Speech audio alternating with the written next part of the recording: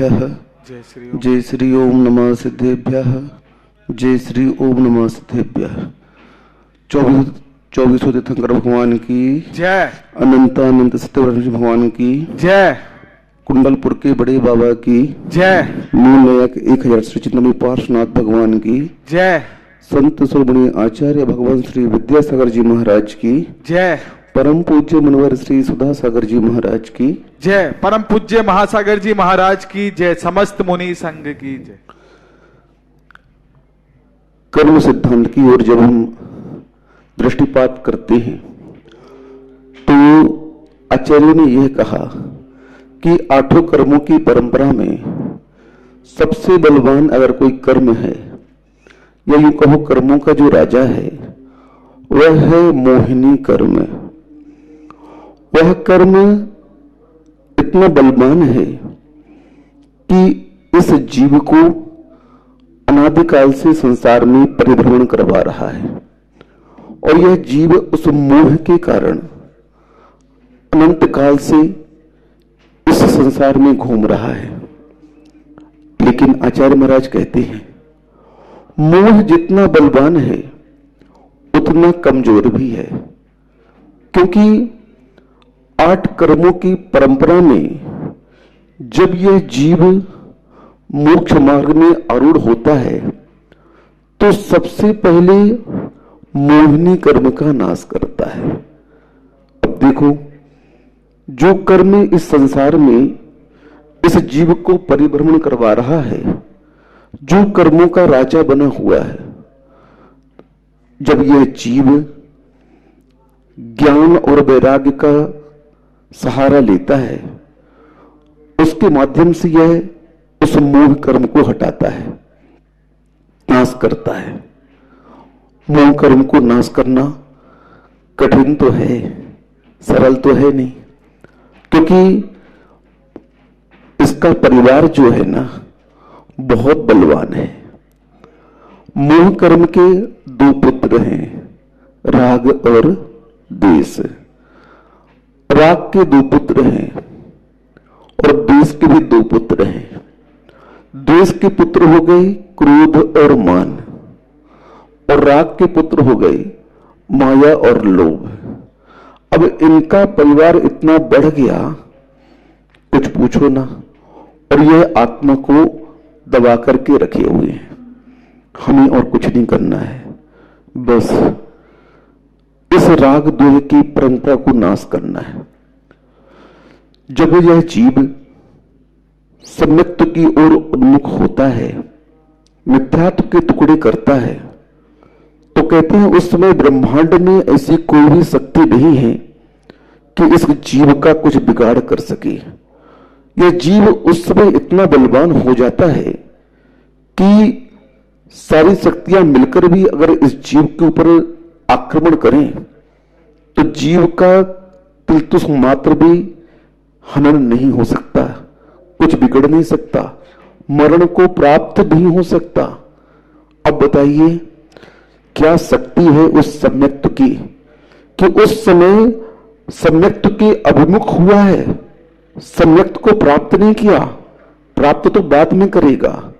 मोह पर अभी प्रहार किया है थोड़ा सा, और उसका विशुद्धि परिणाम इतने होते हैं, कहते हैं कि उस समय कोई भी उसका कुछ बिगाड़ नहीं सकता। लेकिन ये परिणाम किसे करने पड़ेंगे? स्वयं को करने पड़ेंगे। जब ये जीव उस मिथ्यात्व की टुकड़े करते हुए आगे बढ़ता है तो 5 लब्धियों को हमारे यहां कहा गया है, उसका सामना उसे करना पड़ता है। 5 लब्धियां हैं, उसमें से प्रथम लब्धि है विशुद्धि लब्धि, दूसरी है क्षयोपशम लब्धि, तीसरी है देशनीय लब्धि, चौथी है प्रायोग्य लब्धि और 5वीं है करण लब्धि। अब देखिए, कोई भी जीव अनादि मिथ्या दृष्टि है तो उस जीव को सबसे पहले क्षयोपशम लब्धि प्राप्त करनी होगी, और क्षयोपशम लब्धि कोई अलग से प्राप्त नहीं होगी, उसे स्वयं की विशुद्धि उसे बढ़ाना पड़ेगा। स्वयं अपने परिणाम को बदलना पड़ेगा। जब वह स्वयं अपने हित के बारे में सोचता है, उसके अंदर जब भेद दृष्टि जागृत होती है, तो उसकी विशुद्धि बढ़ती है। विशुद्धि बढ़ेगी तो क्षयोपशम बढ़ेगा, क्षयोपशम बढ़ेगा तब कहीं जाकर के तृष्णा लब्धि का उसे लाभ होता है। जो तृष्णा चल रही है, जो उपदेश चल रहा है, इस उपदेश का लाभ इस आत्मा को कब होगा? जब वह स्वयं क्षयोपशम और विशुद्धि बढ़ाएगा। हमें अपने पुरुषार्थ के माध्यम से इस क्षयोपशम को और विशुद्धि को बढ़ाना है, तब कहीं जाकर के उस उपदेश का हम लाभ ले पाएंगे, तब आगे के लब्धियों को हम प्राप्त कर पाएंगे। अनादिकाल से हमने उपदेश तो बहुत सुना, बहुत सुना। तीर्थंकरों के समोषण में भी गए कई बार, वहां भी उपदेश सुना, लेकिन क्या हुआ? उस देशना का प्रभाव हमारे जीवन में नहीं पड़ा। मारीच का जीव भी उस आदिनाथ भगवान के समोषण में गया, वहां पर भी उसने देशना दी, सुनी, लेकिन उसके मिथ्यात्व का खंडन नहीं हो पाया, क्योंकि उसके अंदर वह विशुद्धि और क्षयोपशम उत्पन्न नहीं हुआ था। हमारे अंदर भी आज यही हो रहा है। हम उपदेश बहुत सुन रहे हैं, लेकिन विशुद्धि परिणाम भौतिकवाद की चकाचौंध इतनी है, पदार्थों का आकर्षण इतना है, उसके प्रति आसक्ति इतनी है, अपनी विशुद्धि को खो चुकी है। अपनी जो जागरूकता थी उसे हम आज पूरी तरह से भूल चुके हैं। क्या करना था, क्या कर रहे हैं, समझ में नहीं आ रहा है। बस आज देखा जाए, सारा का सारा विश्व भेड़ की चाल में चल रहा है। एक भेड़ गड्ढे में गिरती है तो क्या होता है? सारी की सारी भेड़ उसी गड्ढे में गिर जाती है। लेकिन उस भेड़ की भीड़ में अगर एक बकरी है तो वह गड्ढे में कभी भी गिरेगी नहीं, वह संभल कर चलेगी। ऐसे ही जो सम्यक दृष्टि होता है कभी नहीं होता है, उसकी क्रियाएं हट करके हुआ करती हैं। आज पदार्थों ने, भोगों ने सारे व्यक्ति की मानसिकता बिगाड़ दी, सारे सिस्टम को आज खराब कर दिया, और व्यक्ति वह अध्यात्म की भाषा भूल गया। उस धर्म की, उस कर्म की बात उसे आज रुचती नहीं है, और उसका परिणाम पूरा विश्व भोग रहा है। हमें कर्म सिद्धांत को मानना चाहिए, और कर्म सिद्धांत के अनुसार हमें अपनी चर्या करनी चाहिए। कर्म कहता है कि आप उस परिणामों से बचो जो आत्मा का अहित करने वाले हैं। कर्म कहता है तुम जैसा करोगे वैसा फल तुम्हें भोगना पड़ेगा। आज पूरा विश्व उस दुष्कृत कर्म के फल को भोग रहा है। अनादिकाल से यह परंपरा चली आ रही है, और आज वह परिणाम के रूप में सामने है। अभी भी समझ करके उस कर्म को हम अच्छी दिशा दे सकते हैं, परिणामों के माध्यम से, त्याग के माध्यम से। समय रहते जो संभल जाता है वही समझदार कहलाता है, नहीं तो फिर समझदारी काहे की। आप लोग इन परिस्थितियों को देख करके अपने आप को बदलें, अपने आप को भावनात्मक रूप दे करके अपनी भावनाओं को संसार के कल्याण की ओर ले जाएं। अपनी भावनाओं को विषय भोगों से हटाने का पुरुषार्थ करें। यही उत्तम परिणाम इस आत्मा के कहे गए हैं, और सम्यक दृष्टि वही होता है जो इन परिणामों से ओतप्रोत होता है। अगर हम सम्यक को प्राप्त कर चुके हैं तो ये परिणाम हमारे अंदर अवश्य आएंगे। आप अपने परिणामों को स्वयं देखें कि हमारे परिणाम त्याग के हो रहे हैं या नहीं, वो से बचने के हो रहे हैं या नहीं। अगर हम इस माहौल में भी नहीं बच पाए, अपने परिणामों को नहीं संभाल पाए, तो आचार्य कहते हैं मरण को तो अवश्य प्राप्त होगी, और उस मरण को प्राप्त तो होगी, लेकिन किन गतियों में आपकी यह आत्मा जाएगी, ये कुछ कह नहीं सकती है, क्योंकि कर्म कभी भी किसी को छोड़ता नहीं है। कर्म अपना फल दिए बिना रहता नहीं है, लेकिन उस कर्म के फल को भी अगर हम चाहें तो संक्रमित कर सकते हैं।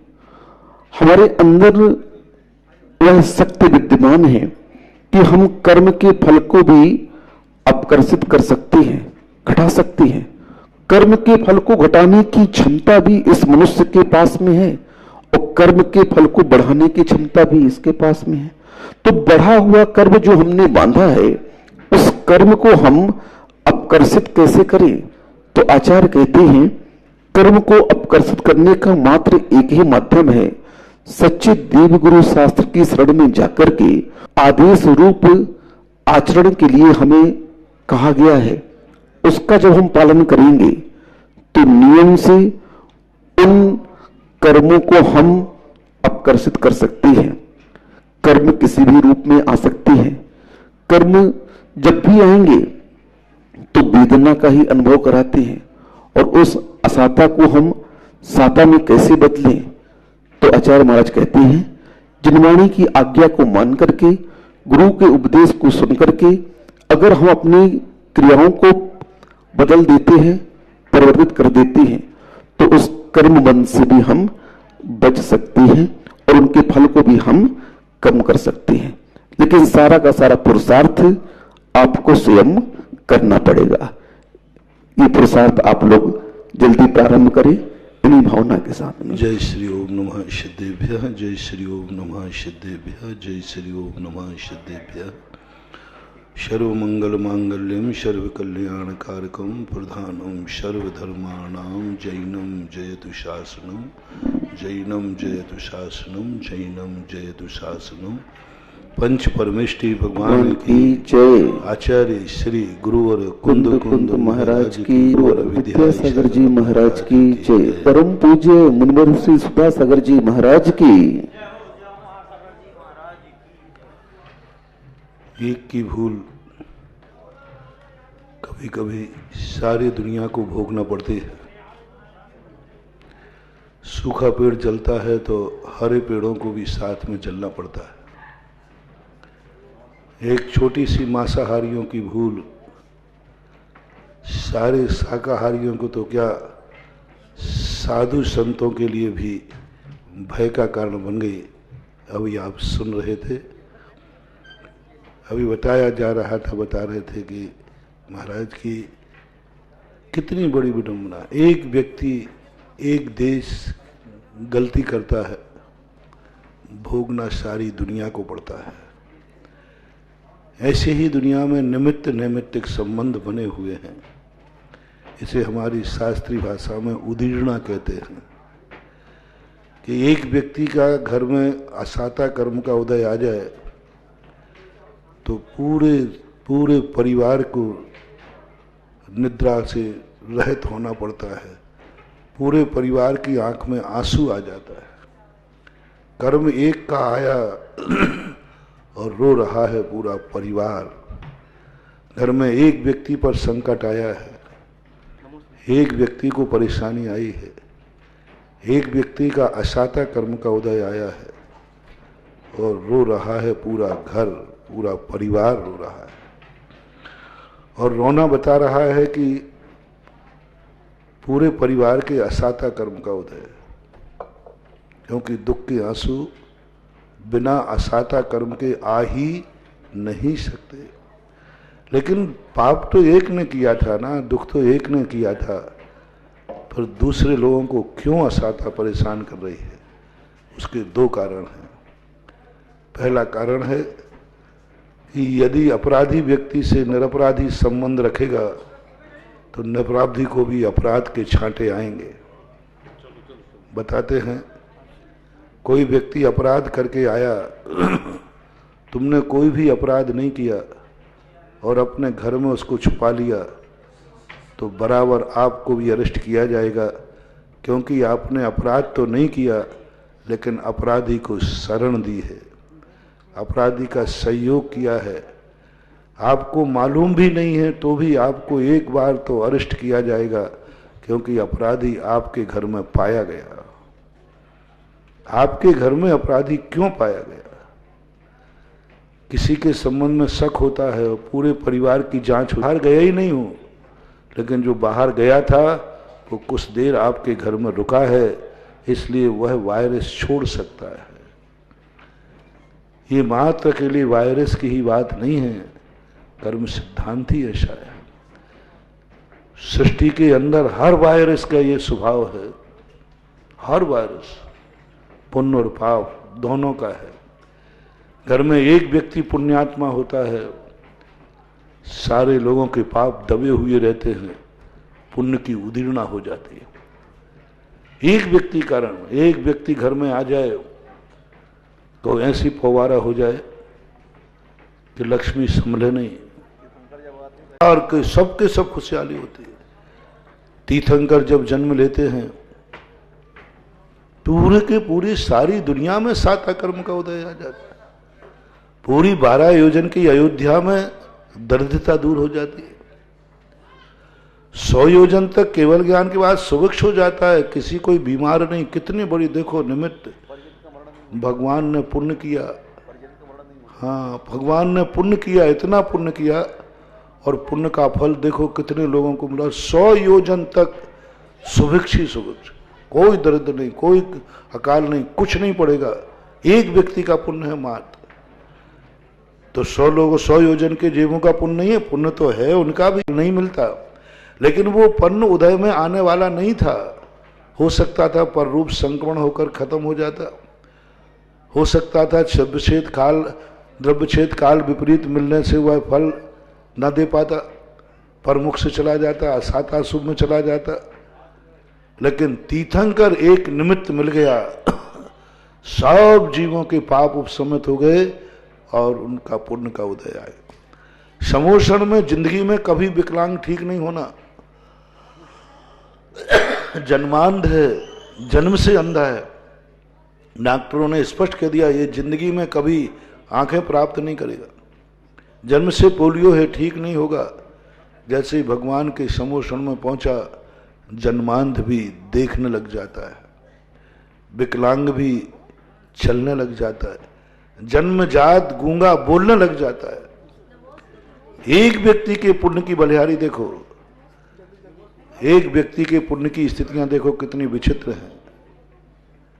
इसलिए यहां हमें ये शिक्षा लेना है, अपने घर में एक पुण्यात्मा को जरूर रखा करो। अपनी जिंदगी में एक संबंधी पुण्यात्मा को जरूर बनाया करो। हर व्यक्ति को हर क्षेत्र में एक संबंध बनाना है, गाढ़ संबंध। यदि तुम संबंध नहीं तोड़ सकते हो, तुम्हारे संबंध तोड़ने की ताकत नहीं है, तो लो मैं संबंध बनाने का एक तुम्हें तरीका सिखाता हूं।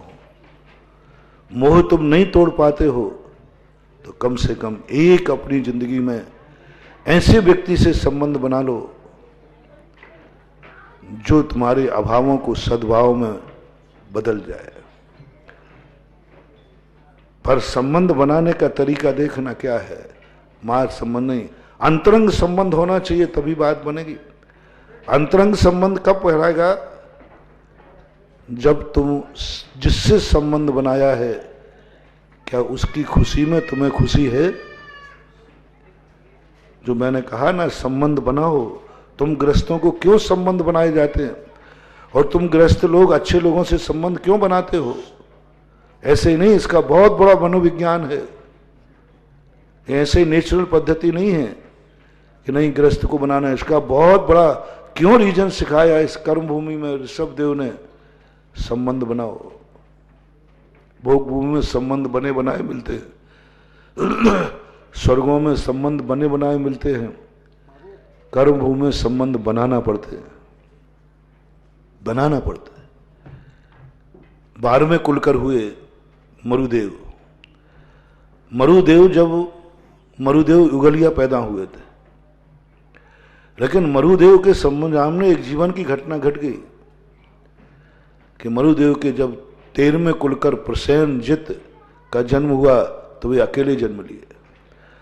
अकेले जन्म लेते ही मरुदेव स्तब्ध रह गए कि अब क्या होगा, कैसे व्यवस्था बनाए, क्या करें। अब तो यहां पर युगलिया जन्म होना बंद हो गया, क्या आगे संसार का विराम होगा, क्या आगे वंश उत्पत्ति खत्म होगी।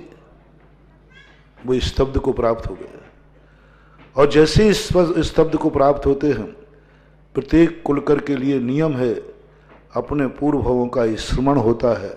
ऐसा पूज्यवर जिनसेन स्वामी ने हरिवंश पुराण के अंदर एक नई बात बताई जो अन्यत्र कहीं देखने में नहीं आए। अन्यत्र 3 बातें देखने में आती थी।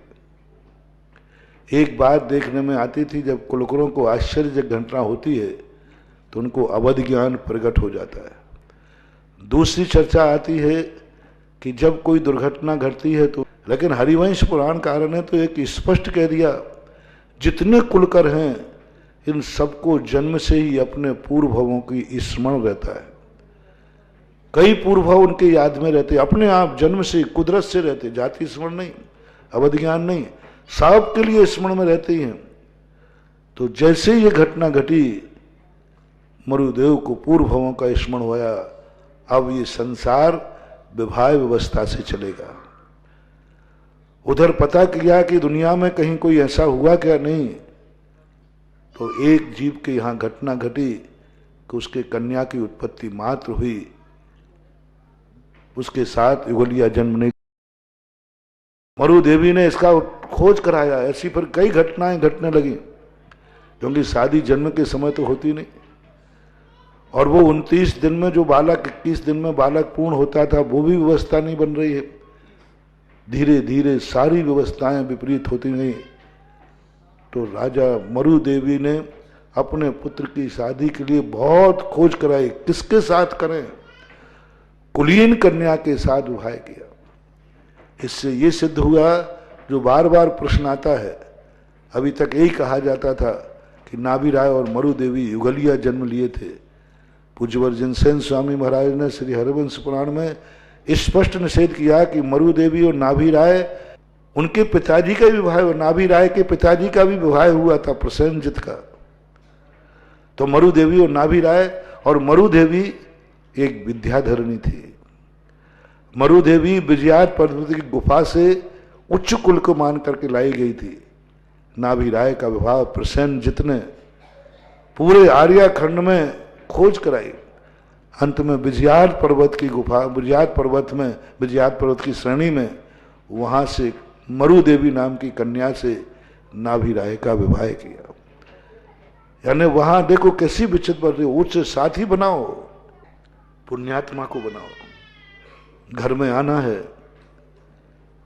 कुलीन है कि नहीं, कुलवंत है कि नहीं, जो गुण हमारे कुल में नहीं है उसके आने से बढ़ेंगे कि नहीं बढ़ेंगे। किसी का भी कोई भी व्यक्ति संबंध बनाता है तो यही सोचता है, मैं जहां हूं इससे कुछ आगे बढ़ूंगा। एक विद्यार्थी स्कूल पढ़ने जाता है गुरु के पास, इसलिए जाता है जो मैं नहीं पढ़ पाऊंगा वो गुरु पढ़ा देंगे, जो मैं नहीं समझ पाऊंगा वो गुरु समझा देंगे। कोई भी व्यक्ति संबंध बनाता है कि जो मैं अपनी जिंदगी में नहीं कर पाऊंगा मेरा साथी करा देगा, मेरे साथी के बल पर मैं प्राप्त कर लूंगा, ये भाव होता है। कोई रिश्तेदारी भी बनाता है तो इसलिए बनाता है कि 1 से 2 भले, कभी हम जीवन में कमजोर पड़ जाएंगे तुम्हारा रिश्तेदार हमारा साथ देगा। संबंध का हमेशा ध्यान रखना। 2 संबंध होते हैं, एक संबंध तद्रूप होने के लिए किया जाता है, तद्रूप होने के लिए कि मैं इनसे संबंध बनाता हूं, जो हैं वह मैं भी बनूंगा, जिसे हम पारमार्थिक संबंध कहते हैं, वंदे तद्गुण लब्धे। जिसे हम जूनियर और सीनियर कहते हैं कि जूनियर सीनियर की इसलिए शरण लेता है कि वो भी एक दिन सीनियर बनना चाहता है।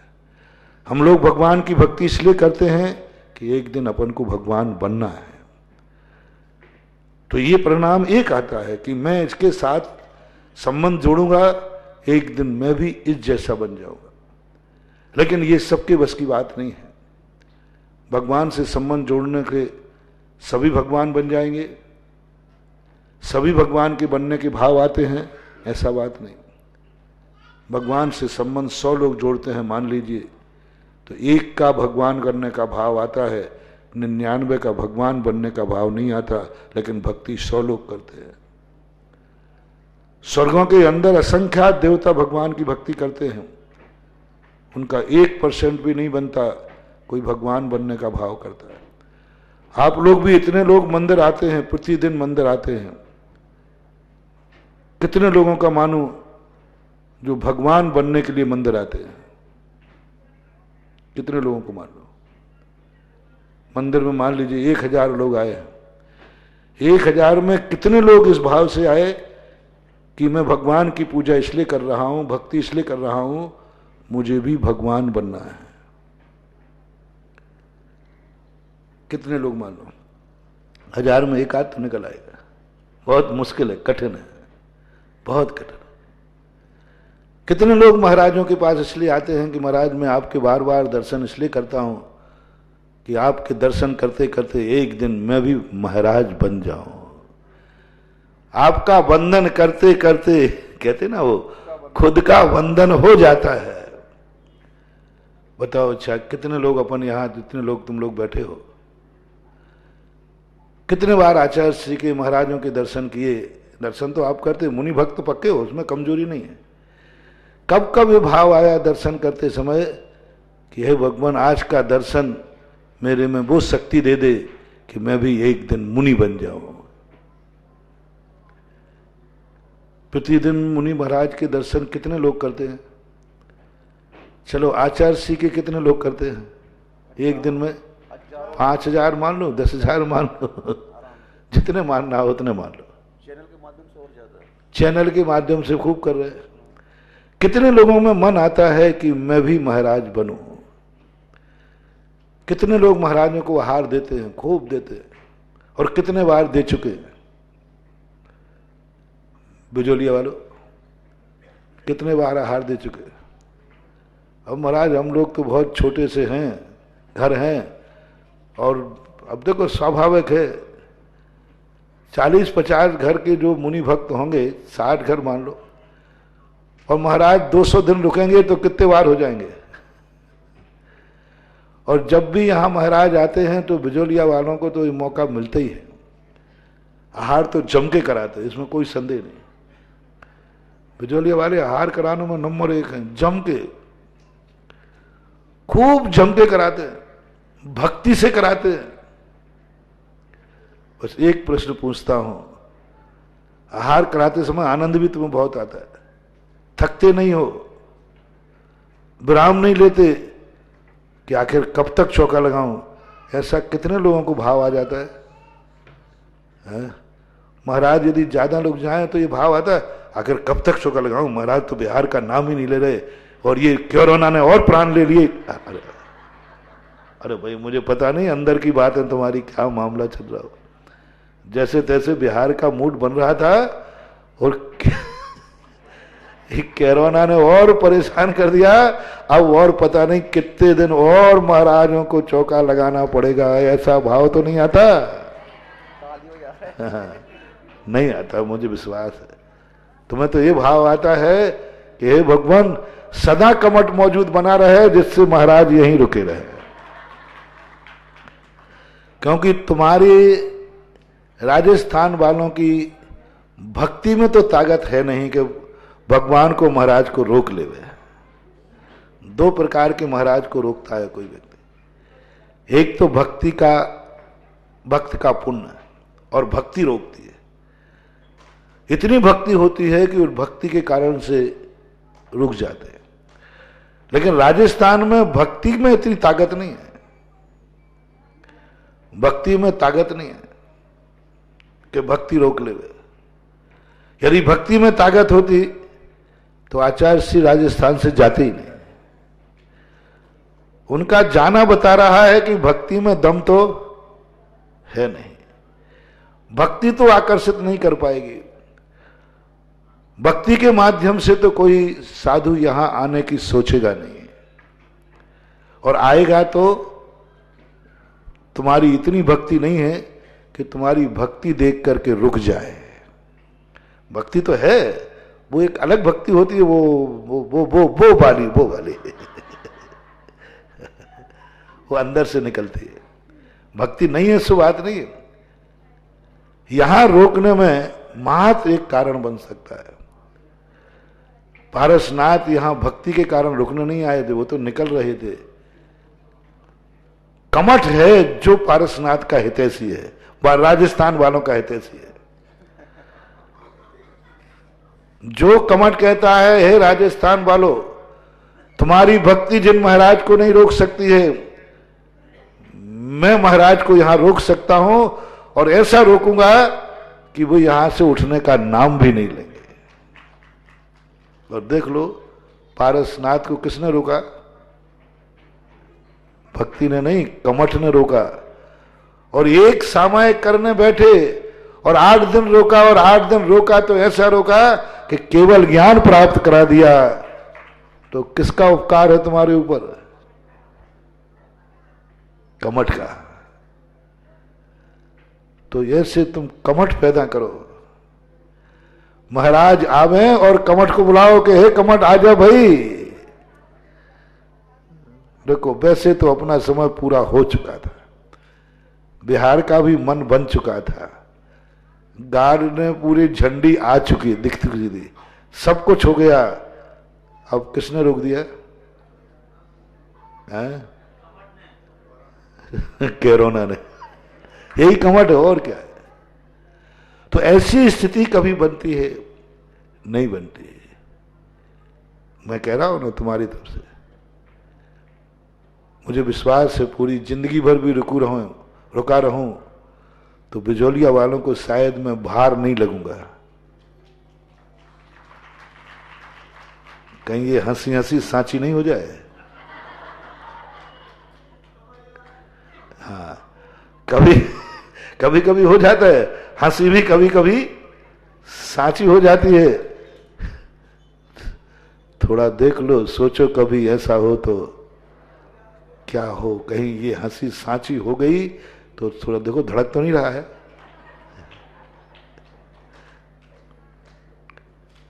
नहीं होगा। जब अंदर से धर्म की प्रीति जागती है, ये तो नहीं होगा। इतना तो मैं कह दूंगा, बाहर तो नहीं मानोगे, बहुत खुशी से कराओगे, बहुत खुश नजर आ रहे हो। जिस दिन से सुना कि महाराज, अब तो कई लोग तो ये कह रहे बहुत अच्छा हुआ, बहुत अच्छा हुआ, और बार बार मुझे और अफवाह और सुनाते हैं, और डराते हैं। महाराज जी वो रावत भाटा में आ गया, रावत भाटा में। अरे मन गए, तू मुझे ऐसा क्यों सुना रहा है? तो बोले इसलिए सुना रहा हूं कि आप थोड़ा बहुत जाने का मन भी बनाए तो नहीं बना पाए। लेकिन मैं जो दूसरी बात पूछना चाह रहा हूं, आहार देते समय कितने लोगों को कब भाव आया कि मेरा वो दिन कब आएगा जब मैं भी खड़े होकर ऐसे ही पानी पात्र में आहार लूंगा। आहार देने में आप देते, भक्ति से देते, लेकिन वो कब आए कि जब मेरी दशा भी ऐसी हो। हजारों में एकाध कोई भाव आता है, देते देते परिणाम आ जाए, ये दशा मेरी कब प्रकट होगी। वो दिन कब आएगा जब मैं घर को छोड़कर वन जाऊंगा। वो दिन कब आएगा जो मेरी ऐसी दशा, परम दिगंबर मुद्रा, पिछी कमंडल हाथ में लेकर नीचे ईरिया पद से विहार करूंगा।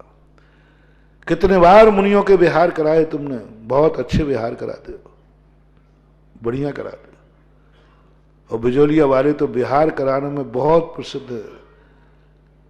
2002 के बाद से शायद ही मेरा कोई विहार हुआ हो जिस विहार में बिजोलिया के बच्चे नहीं पहुंचे हो। कब से? 2002 से। कितने दिन हो गए? 18 साल से देख रहा हूं मैं। एक भी बस उनको पता चले कि महाराज बिहार हुए, पहुंच जाएंगे। और टाटा बिरला, डालमिया, 3 तो वो प्रसिद्धि थे।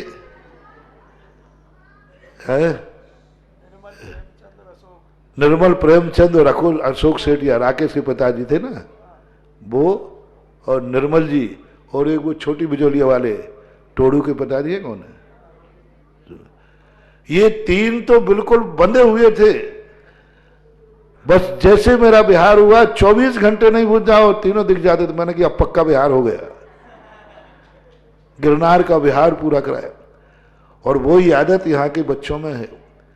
कभी भी कोई बिहार होता है, थोड़ा सा लंबा बिहार हुआ और कोई ना कोई बच्चे पहुंच जाते हैं। राजस्थान में अभी तक ऐसा कोई ग्राम नहीं देखा मैंने, ऐसा कोई भी अभी तक नगर नहीं है। बड़े बड़े क्षेत्र, अजमेर, किशनगढ़, सब बहुत है कि जो हर बिहार में पार्टिसिपेट करते हो और हर बिहार में पैदल चलने के लिए तैयार रहते हो। दर्शन करने तो बहुत आते हैं, जैसे निहाल पहाड़िया वगैरह हैं, लेकिन पैदल विहार करने वाले प्रसिद्ध हैं बिजोलिया के बालक, प्रसिद्ध है।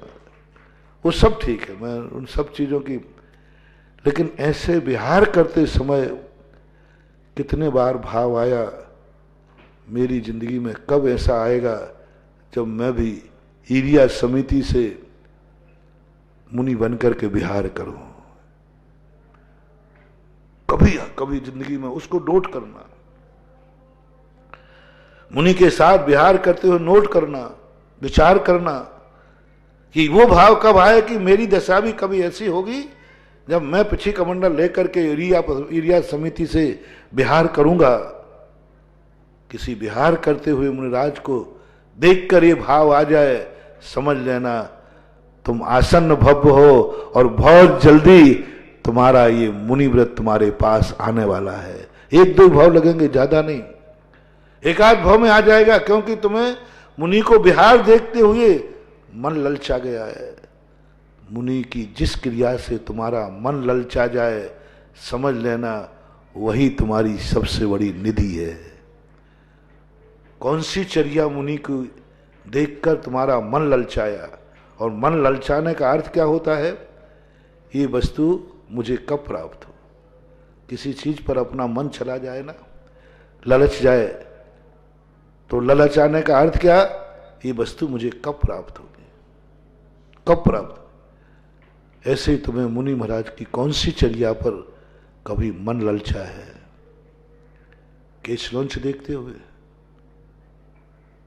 ऐसा लगे कभी केशलोंच देखते हुए, हे भगवान मेरा मन ललच रहा है, मेरे मन में ललच आ रहा है कि वो दिन कब आएगा जब मैं अपने हाथों से अपने केशलोंच उखाड़ूंगा। कभी जिंदगी में केशलोंच देखते देखते अंदर से ऐसी आवाज आ जाए, समझ लेना तुम्हारे भविष्य ने संकेत दे दिया है, बहुत जल्दी तुम्हारे में प्रकट होने वाला है। जिस चीज को हमारा मन ललच जाए वही हमारा भविष्य है। फैसला कर लो, सब चीज मैं खुला कर रहा हूं। जिस चीज को देखकर मन ललच जाए,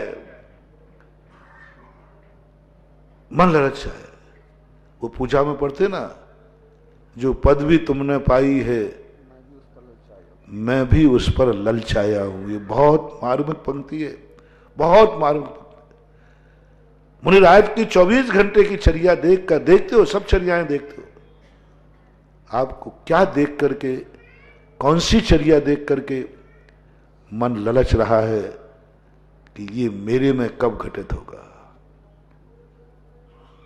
सारी चर्या उठा लो, 24 घंटे की चर्या उठा लो, प्रतिक्रमण करते हुए भाव आ जाए, ओहो जो मुनिराज किंचित मात्र भी पाप नहीं करते, किंचित मात्र भी दोष नहीं करते, किंचित मात्र कोई गलती नहीं करते, फिर भी प्रतिक्रमण कर रहे हैं।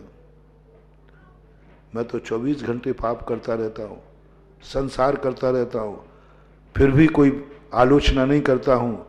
ये दशा मेरी कब आएगी जब मैं प्रतिदिन प्रतिक्रमण करूंगा? भगवान की वंदना करते हुए भाव आ जाए, वो दिन कब आएगी? भगवान मैं आपकी वंदना करता हूं, वो दिन कब आएगा जब मेरे हाथ में पिछी होगी और मैं पिछी हाथ में लेकर के दिगंबर मुद्रा में आपकी वंदना कर रहा हूं। जो रूप आपका है वही मेरा है, अंदर में फर्क है। तुम यथाजात बिहारी हो, हम यथाजात रूपधारी हैं। कल परसों शाम को कविता सुनाई थी ना, तुम यथाजात बिहारी हो, मैं यथाजात रूपधारी हूं। बाहर से दोनों में फर्क क्या है, तर्क क्या है, क्या फर्क है?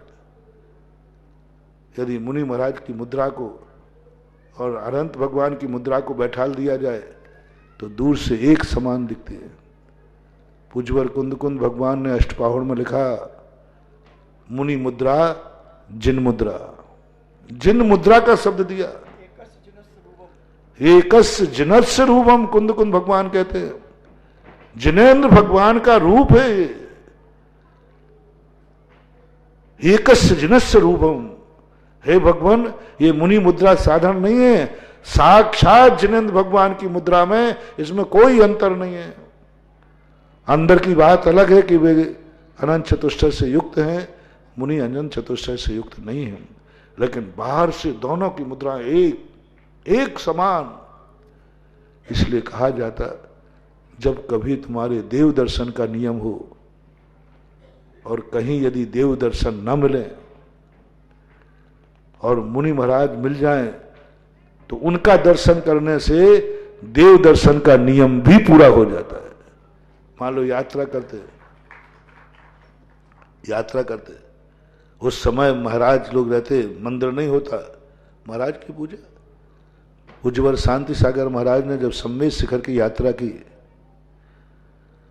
उसमें लिखा पंडित जी बंशीधर जी सोलापुर वालों ने कि रास्ते में चैत्यालय तो होता नहीं, मंदिर तो था नहीं, संघ में कोई चैत्यालय था नहीं, तो सारे लोग महाराज जब विहार करके पहुंचते थे, जितने श्रावक थे महाराज की पूजा करते थे, और पूजा करके वृत्ति प्रतिमाधारी अपने देव दर्शन का नियम पूरा करते थे। नित्य पूजा में देव शास्त्र गुरु की, लेकिन दर्शन शास्त्र का नहीं। तुम कहो कि शास्त्र का दर्शन करने से हो जाएगा, नहीं होगा। शास्त्र कोई द्रव्य नहीं है, शास्त्र कोई वस्तु नहीं है, शास्त्र तो एक पुद्गल का परिणमन है, शास्त्र तो एक निर्मित पर्याय है, भगवान के मुख से निकली हुई पर्याय है। शास्त्र के दर्शन करने से देव दर्शन का नियम पूरा नहीं होगा, क्योंकि शास्त्र में मुद्रा नहीं है, दिगंबरत्व नहीं है, नग्नत्व नहीं है, वो एक आकार नहीं है जो आकार हमें भीतरागता का चाहिए। इसलिए कोई सोचे कि महाराज में शास्त्र नियम है, मेरा देव दर्शन का नहीं मिले तो जिनवानी का दर्शन कर लो, नहीं, जिनवानी का दर्शन नहीं हो सकता, पठन हो सकता है, क्योंकि जिनवानी में आकार ही नहीं, किसका दर्शन करोगे। लेकिन अरहंत और गुरु मुनि मुद्रा में दोनों में ये बात जब सामने आई, तो ऐसी मुद्रा को देख करके कभी भाव आ जाए कि हे भगवान, मैं भी पीछे लेकर के आपकी वंदना करूं दिगंबर मुद्रा में। कभी सामायिक पे मन ललचा जाए कि मैं सामायिक बहुत करता हूं, लेकिन निर्विकल्प सामायिक कब करूं। आहारचर्या बता दी, केशटन, जो भी तुम्हें कभी मुनि की 24 घंटे की कोई चर्या तुम्हें ललचा दे और ऐसा परिणाम आ जाए, मेरी दशा कब ऐसी हो, समझ लेना आप आसन्न भव हैं, और एक दो भव में ही तुमने जो चाहा है वह मिलेगा, क्योंकि वह चाहे तुमने मुनि को देख करके साहु मंगलम, अमंगल को नहीं, मंगल को देखकर। और मंगल किसे बोलते हैं? कार्य की सफलता संकेत होता है। यदि शुभ मंगल मिल जाए, शुभ शगुन मिल जाए, तो अपन कहते अरे भाई मंगल हो गया, कार्य की फतेह। कोई शगुन आप लोग मानते ना, बोले आपने कैसे कह दिया कार्य, अरे देखो मंगल हो गया ना, सामने से हाथी आ गया, सामने से भरा हुआ कलश आ गया ना, देखो सामने से ये फलानी वस्तु मिल गई ना। हाँ, कोई भी चीज, नेवला आज कुछ भी जो भी मानते हैं, शगुन मानते हैं, मंगल हो गया। ऐसे ही दिगंबर मुद्रा के सामने वैसे आए तो नहीं कह सकता मैं, वैसे तुम्हारा भाव आया तो मैं नहीं कह रहा हूं, लेकिन दिगंबर मुनि को देख करके यदि मुनि बनने का भाव आ जाए, समझ लेना सगुन हो गया और बहुत जल्दी तुम्हें वो मिलने वाला है, क्योंकि तुमने मुनि को देख करके भाव किया है। अकेले में भाव करना अलग है, यूं शास्त्रों को पढ़कर भाव आ जाना, स्वाध्याय करते भाव आ जाना, उसके लिए मैं गारंटी नहीं दे रहा हूं, क्योंकि वो मंगल रूप नहीं है। लेकिन साहू मंगलम, साधु मंगल रूप है। उसको देखने के बाद तुम्हारा भाव आया है, जिस चर्या को देख के आया है, वो चर्या तुम्हारी जिंदगी में बहुत जल्दी घटित होगी। इसी प्रकार अरहंत मंगलम, अरहंतों को देख करके, भगवान की मुद्रा को देखकर, बड़े बाबा जैसे भगवान को देखकर, आहा क्या भाव आता है। ऐसी मुद्रा को देखकर ये भाव का आता, क्या शांत मुद्रा है। बड़े बाबा को देखो कैसे लगते हैं, एकदम शांत मुद्रा, नासा दृष्टि। अभी तक मैं इतने दिन हो गए भगवान के चेहरे के अलावा दूसरा दर्शन ही नहीं कर पा रहा हूं। देख रहा हूं, देखने को तो पूरी मूर्ति देख रहा हूं, देखना अलग चीज है और दर्शन करना अलग चीज है। देखना तो पूरी मूर्ति थी, पूरा देख रहा हूं, कितनी बड़ी मूर्ति, कितना लंबा, सब कुछ है, देख रहा हूं। लेकिन दर्शन, जब भी मैं तत्व पे जाता हूं, तब भी गुणों पे जाता हूं, भगवान बड़े बाबा के चेहरे से ही मेरी दृष्टि नहीं हटती। मैं वहीं करते करते तुरंत तुरंत ध्यान आता है, अरे दूसरा कार्यक्रम चलो, तुरंत ध्यान आ जाता, तुरंत परिणाम बन जाता है। अभी 2 दिन पहले मैं भगवान की स्तुति कर रहा था, शाम को करते करते भगवान के चेहरे पर रुक गया और थोड़ा थोड़ा नीचे गर्दन की, ये तो अरे जिज्ञासा समाधान का समय हो गया, चलो। यानी वो भी राग मुद्रा ऐसी ललचा रही है, ऐसी ललचा रही है कि उनके चेहरे से हटाने का मन नहीं होता, आंखों को हटाने का मन नहीं होता। जब दर्शन करता है व्यक्ति तो उस समय उसकी दृष्टि गुणों पर होती है, उसकी दृष्टि वीतरागता पर होती है, उनके अंग अंग को देख करके होती है। अंग अंग निरखो जिन वर के, जिनसे झलके, एक भजन गाते ना आप लोग, अंग अंग निरखो जिन वर के। है ना, मैं कौन सा अंग देखूं, अभी तो चेहरा रूपी अंग से ही मैं तृप्त नहीं हो रहा हूं, फिर उनकी पलोथी, उनका हाथ पैर सब क्या देखना, क्या देखें। उनके अंग अंग में इतनी अनंत शांति, अनंत शक्ति, अनंत शक्ति भरी है। गौर से देखो तुम, गौर से देखो मूर्ति को, एक एक चीज में तुम्हें अनंत शक्ति। अंग अंग निरखो जन वर के, जिनसे झलके शांति अपार। बहुत बड़ा लॉजिक इस भजन में किया, भजन में बहुत बड़ा किया, शास्त्रों में ही आया। भगवान तुझे कहां से देखो, तेरा एक एक परमाणु अनंत अनंत शांति देता है। यही शांत राग रुचि भी परमाणु विश्वम निर्मापितस्त्र त्रिभुवनैक राम हेतु। है भगवान, आपके कैसे परमाणु हैं। यही शांत राग रुचि भी परमाणु विश्वम, शांत राग, कैसा सौंदर्य है आपका। दुनिया का सौंदर्य तो राग पैदा करता है। जितना सुंदरता होगी व्यक्ति को राग पैदा होता है, कसाय पैदा होती है, वासना जागती है। लेकिन ये कैसे परमाणु हैं कि संसार में सबसे सुंदर आप हैं, लेकिन आपको देखकर राग नहीं उत्पन्न हो रहा है, आपको देखकर राग भाग रहा है और वीतरागता जाग रही है। 2 सौंदर्य होते हैं। एक सौंदर्य वो होता है जिसको देखकर वीतरागी को भी राग जाग जाए, वीतरागी को भी आकर्षित कर ले, वीतरागता भी लोभ में आ जाए, देखते ही उसके परिणाम बिगड़ जाए।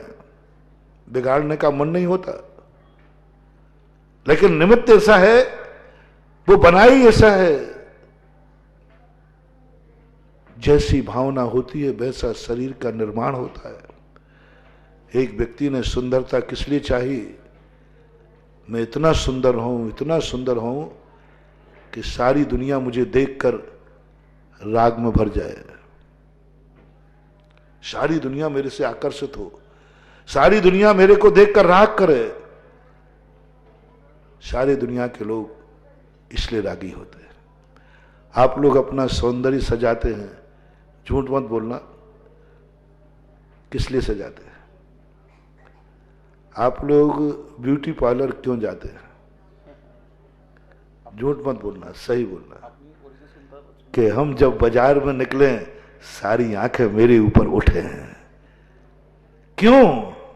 सबके अंदर राग जागे, सबके अंदर ऐसे राग भाव जागे, सबके अंदर वासना जागे।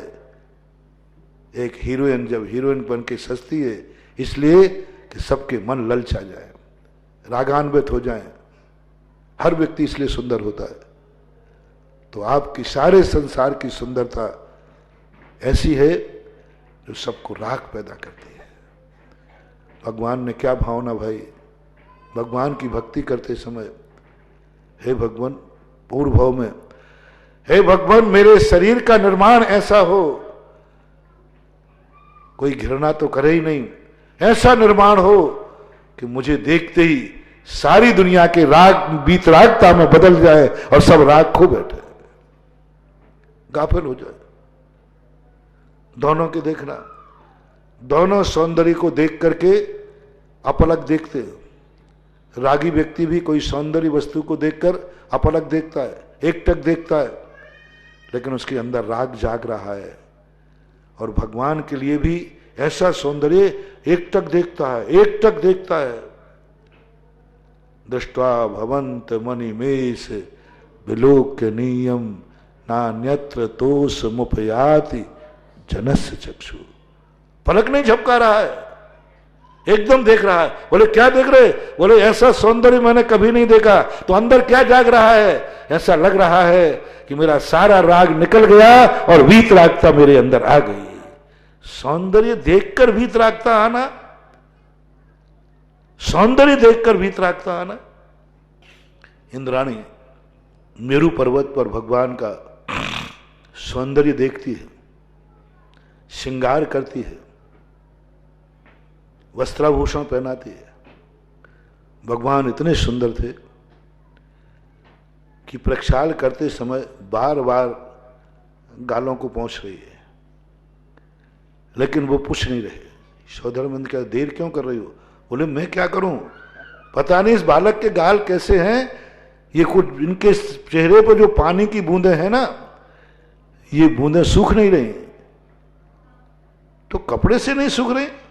सौधर्मंद कहता है हरी पगली, ये पानी की बूंदें नहीं है, ये भगवान का सौंदर्य इतना है कि तेरे आभूषणों में लगी हुई जो मोती हैं वे चमक रहे हैं। तब इंद्राणी शर्मिंदा होती है और भगवान को बार बार नमस्कार करती है। यानी इतना सौंदर्य देख करके उस सौधर्म इंद्राणी के अंदर राग भाव नहीं जागा। सौंदर्य को देख करके अच्छे अच्छे लोगों को राग भाव जाग जाता है। शास्त्रों में ऐसा भरा पड़ा है। कैसा विचित्र है दुनिया। एक बहुत बड़ी घटना है। प्रद्युम्न थे, एक बालक के रूप में प्रद्युम्न को पाला एक मां ने। प्रद्युम्न का अपहरण हो जाता है। अपहरण होने से लिए एक राजा ने, रानी ने बचपन में बच्चा मारा। उनके यहां कोई संतान नहीं थी, विद्याधर था, संतान थी नहीं। तो वहां जाकर उसने उनको जंगल में, क्योंकि प्रद्युम्न के पूर्व भाव के बैरी ने उनको उठा करके एक शिला के नीचे दबा दिया। वो वहां से निकल रहे थे, विद्याधर थे। बालक को उठाया तो दोनों ने कहा हमारी कूख से तो हमारे यहाँ बालक जन्म नहीं हुआ, कुदरत ने हमें ये बालक दिया। और दोनों ने उस बालक को अपना बेटा माना, बेटा माना। 16 साल तक वो मां उसको बेटा मानती रही, बेटा मान करके गोली में खिलाया। लेकिन वो प्रद्युम्न इतना सुंदर था, इतना सुंदर था, कामदेव जैसा था। 16 साल के बाद जिस माँ ने आज तक माँ माना, वही माँ के मन में राग भाव जाग गया, वासना जाग गई। विचित्र चित्रण है ये, ऐसा अद्भुत चित्रण। जिस बेटे को बेटा माना हो, 16 साल तक बेटा माना हो, और बेटा जिसको 16 साल तक सगी मां मानता रहा हो। सगी मां, पैर पूजे हैं उसने। उसको तो मालूम ही नहीं था बेचारे को कि मैं अपहरण हूं। वो तो कहती थी जन्मदाता मेरी मां है। सगी मां जो पूछ रहा है उसको मां कह के पूछ रहा है। और जिसने 16 साल तक बेटा कहा, लेकिन एक नारी सौंदर्य को देखकर इतनी मोहित हुई, उसी बेटे के सामने प्रणय प्रस्ताव रख देती है। प्रणय प्रस्ताव रख देती है और खुद बोल देती है तू मेरा बेटा नहीं है और मेरे साथ तुम संबंध करो। ब्रह्मांड कांप गया, ब्रह्मांड कांप गया कि ऐसा भी कभी होता है क्या। इस घटना से संसार का वैचित्र पता चलता है कि दुनिया किस सौंदर्य की मोहताज है।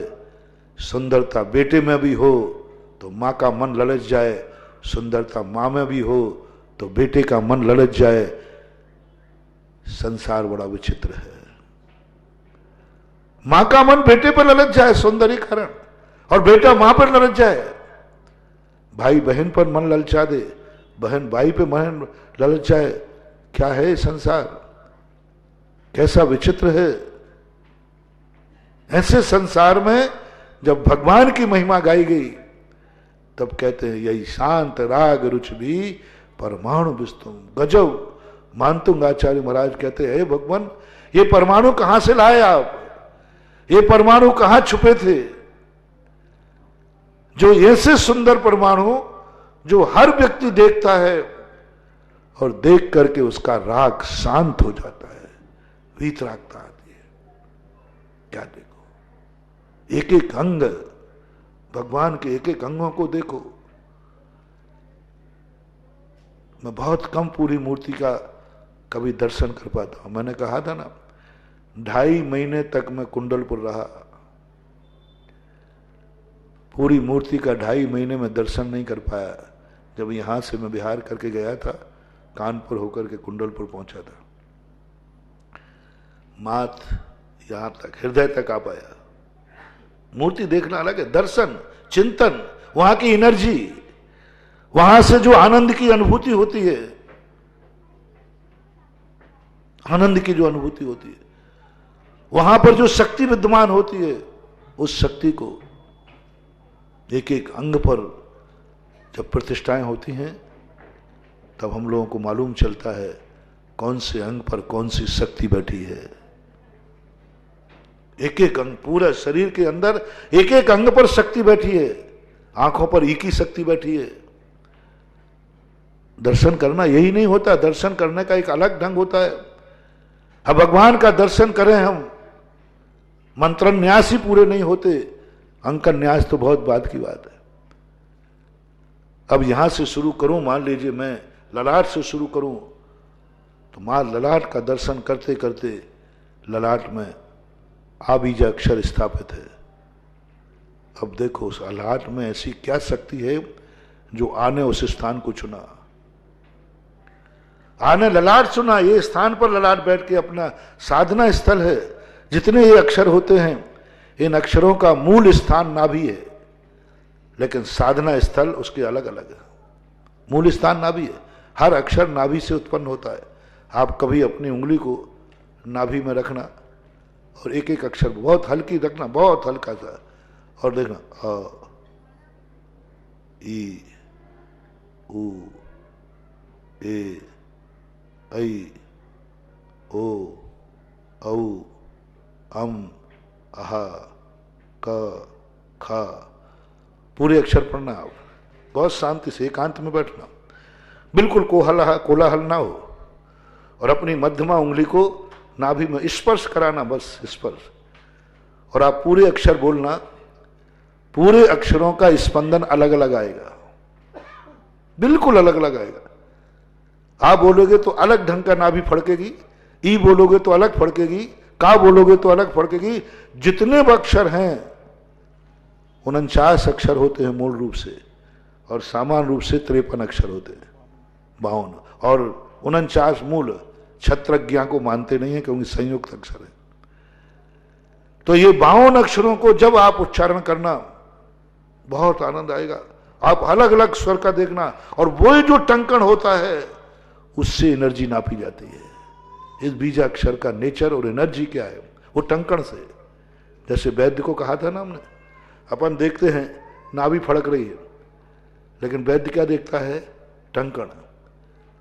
कौन सी उंगली पर टंकण हो रहा है आप देखना, कभी वो ऐसा पकड़ करके एक उंगली उठा देंगे, 2 उठा देंगे, 3, यानी कौन सी उंगली पर टंकण हो रहा है, किस लहरियादार टंकण हो रहा है। तो मात नाभि का, मैंने वैद्य से पूछा आप इसमें क्या दिखता है आपको, तो बोले महाराज जी कुछ नहीं, फड़कने की जो शैली है वही नाड़ी है। किस ढंग की नाड़ी फड़क रही है, और नाड़ी का फड़कन वो फड़कते हैं। जो 10 मिनट बैठे बैठे वो यूं करते रहते हैं, कुछ नहीं देख रहे, वो फड़कने की चाल देख रहे हैं, और इस फड़कने की चाल से बता देते हैं इस मरीज का नेचर क्या है, इसका क्या बीमारी है, शीत का प्रकोप है कि पित्त का प्रकोप है कि कफ का प्रकोप है। मात्र किससे बताया, फड़कन से, फड़कन से बताया, स्पर्श से नहीं, फड़कन से। ऐसा ही 52 अक्षरों का जो टंकण होता है, जो बीजाक्षर की साधना करते हैं, जो बीजाक्षरों को जो हम आपको जो मंत्र देते हैं, इनकी बहुत साधना करना पड़ता है, इनका टंकण देखना पड़ता है, इनका स्वभाव क्या है, उस टंकण से, उस स्पंदन, नाभि के स्पंदन से पता करना पड़ा किस ढंग का टंकण हुआ, इस बीजाक्षर का स्वभाव है। और उसको अब वो अपने मूल स्थान पर नहीं, जैसे साधु कभी जिस स्थान पर दीक्षा ली है, जन्म लिया है, उस स्थान पर, उस घर में, उस परिवार में उसकी दीक्षा नहीं हो सकती, कभी नहीं हो सकती। जहां जन्म लिया है, जिनके बीच में जन्म लिया है, जिस घर में जन्म लिया है, उस घर में दीक्षा नहीं हो सकती। और दीक्षा लेगा तो वो साधु नहीं बन सकता, साधु नहीं कहलाएगा, उसको स्थान छोड़ना पड़ेगा साधना के लिए।